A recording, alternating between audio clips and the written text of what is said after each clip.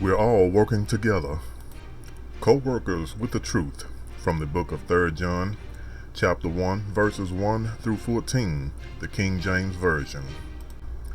Hospitality is an expression of proving thy faith in the Lord. It demonstrates who the Lord's character is, someone that gives, reaches out to be a help some kind of way, without being concerned of experiencing a loss of any sort. The more you give, the more God replenishes, greater than what was given. He that has pity upon the poor lendeth unto the Lord, and that which he hath given will he pay him again. This not only applies to a per individual, but also to groups of individuals, a body of individuals working together in unity, of one accord.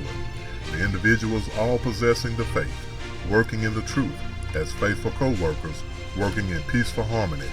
If there is such a one that is in opposition to truth, that has to be addressed and dealt with, or else that peaceful harmony will become a contentious imbalance and or a disorder of discordance.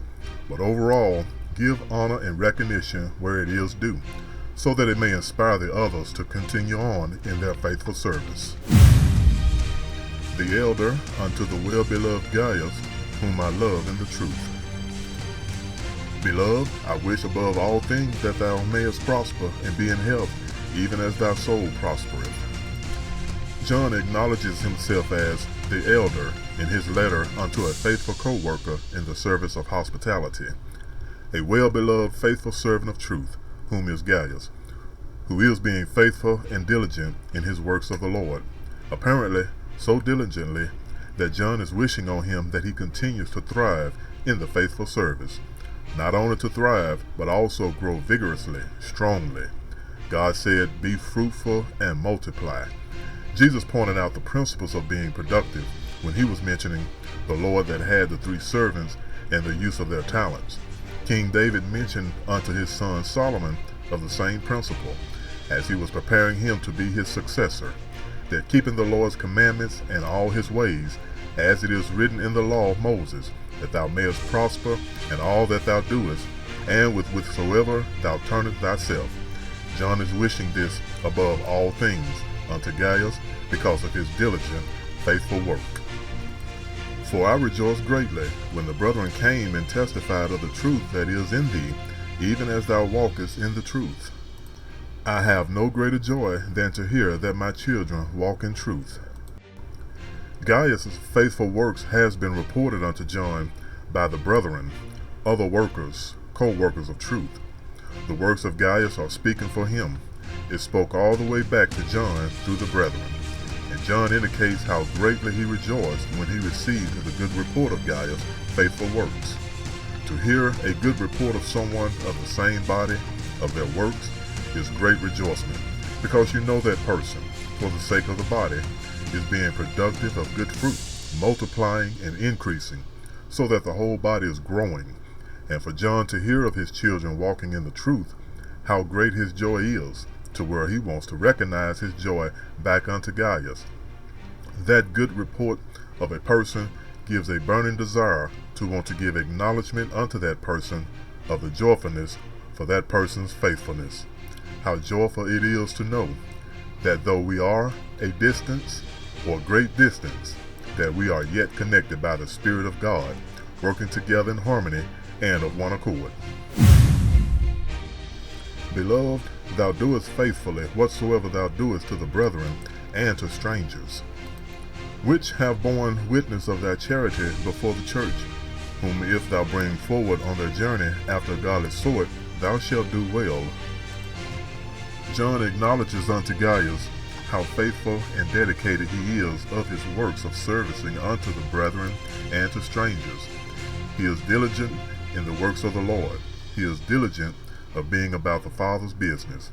He is showing being of no respect of person, nor being partial of the works of hospitality. Scriptures indicate God with emphasis, reach out to strangers, welcome the strangers, treat them as if they are your own, as the same as those that are born of thee. Show them they are loved, as the same love for the brethren, and how much greater love may be reciprocated.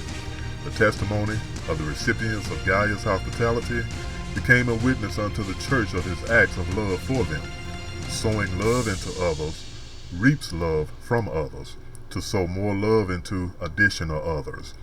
Whatever assistance Gaius is providing unto the brethren, whether they know him or a stranger to him, he is a faithful co-worker to them for the works of God. Because that for his name's sake they went forth, taking nothing of the Gentiles. We therefore ought to receive such, that we might be fellow helpers to the truth.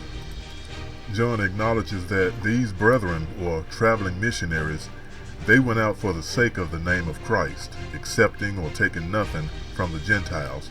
When other believers of the faith, whether I know them or not, I, as a believer of the same faith, ought to be willing, with acceptance, to be an assistance of their good works for Christ, and vice versa. That makes us be co-workers of the faith. God provides all need to be met, one through another, when out on the mission of missionarying for his name's sake. Faithful believers do not try to demand nor manipulate others to contribute to the cost factor of being about God's mission work. Neither do they prioritize certain or expensive possessions for themselves to make like they are prosperous in the Lord's work. Jesus stated, "But seek ye first the kingdom of God and his righteousness, and all these things shall be added unto you." When the missionary has put God first, God has assured that that missionary would not be in lack. Whatever is needed of that missionary, those substance will never be of absence. I wrote unto the church, but Diotrephes, who loved to have the preeminence among them, received us not. Wherefore, if I come, I will remember his deeds which he doeth, prating against us with malicious words, and not content therewith, neither doth he himself receive the brethren, and forbiddeth them that would, and cast them out of the church.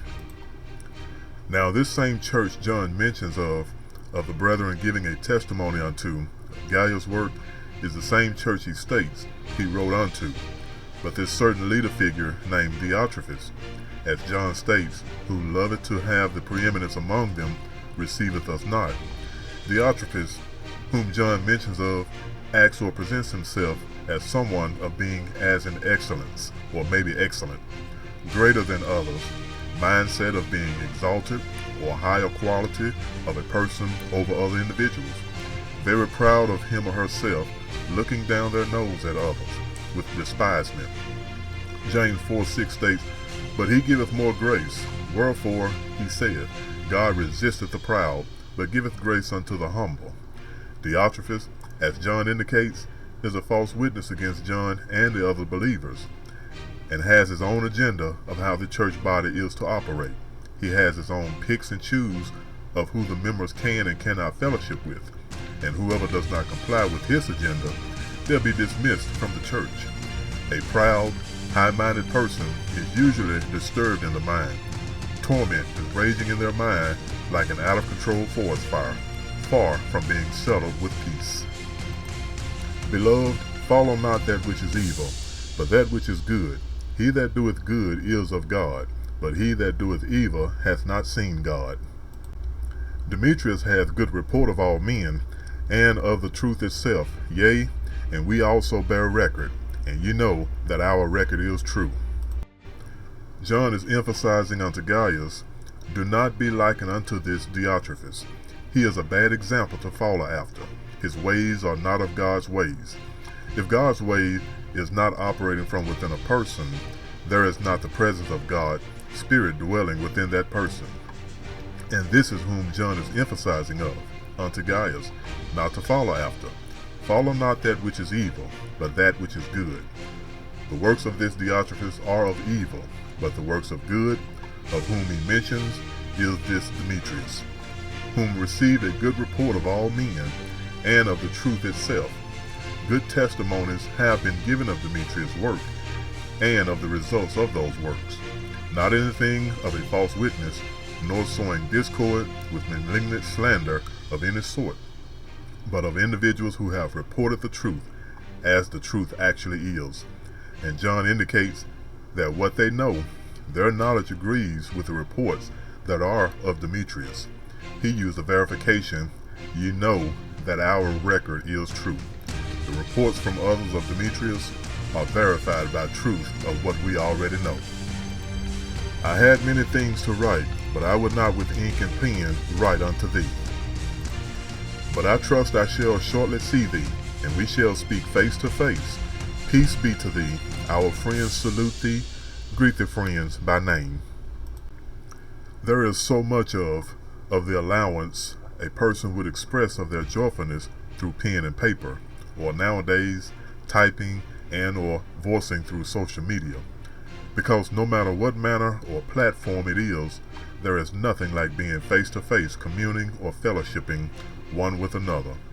John gives Gaius only so much for the moment to hold on to through the writing of his letter, because I'm sure there are many deep details of the topics he mentioned, and John hopes that in due time they'll be able to meet face to face so he could thoroughly express all those deep details.